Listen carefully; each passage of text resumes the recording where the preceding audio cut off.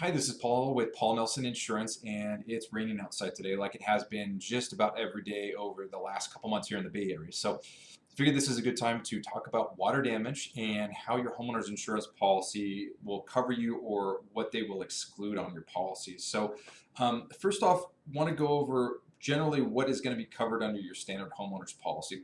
So your policy is going to say that it covers for a sudden and accidental discharge of water. So what does that mean?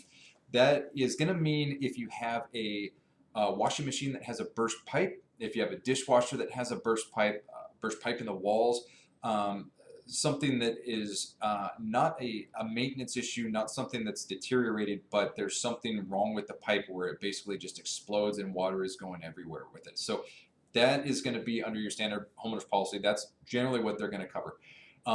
There's optional coverages with most companies. Some of them will bundle this into your standard policy, but it's typically optional for what's called backup of sewer and drain.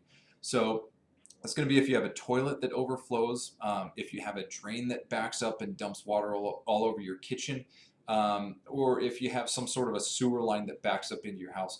Again, it's not going to come standard on most policies. It's an optional feature that again, most companies will offer, but it is an optional feature that you want to make sure that you have. It's called water. It could be sewer and drain backup, water backup. It's going to be essentially the same thing. Now, what's not covered under your home policy? A couple things. The first thing is going to be flood. So generally, if you have water that's coming from outside of your house, that's considered a flood, unless it's obviously part of a burst pipe that you have inside the house. If it's water that's coming from your backyard, from your yard, even if it doesn't seem like it's a quote unquote flood, it's still considered flood if it's water that's coming from outside of your house in general. The big thing that we see is for poor maintenance with your pipes. If you have a plumbing system that's old, generally over 15 to 20 years old, there's a pretty good chance that you may develop some sort of a leaky faucet or a leaky pipe.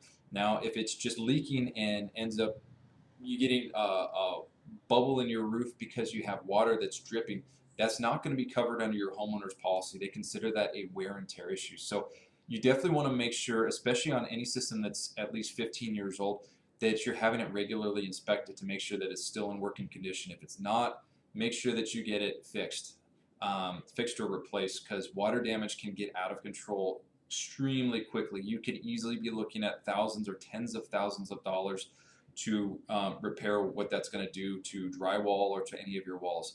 So hope that answers any questions. I'm happy to answer any more. If you want to give me a call at 831-426-9900 or shoot me an email and I can answer any more questions for you. Thanks.